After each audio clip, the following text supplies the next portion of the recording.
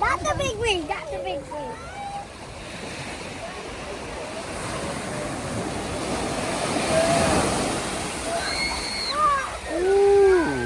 Oh, that's just crazy.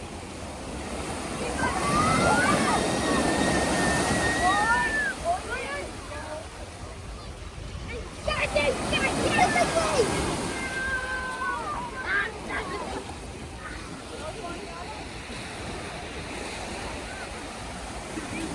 can't.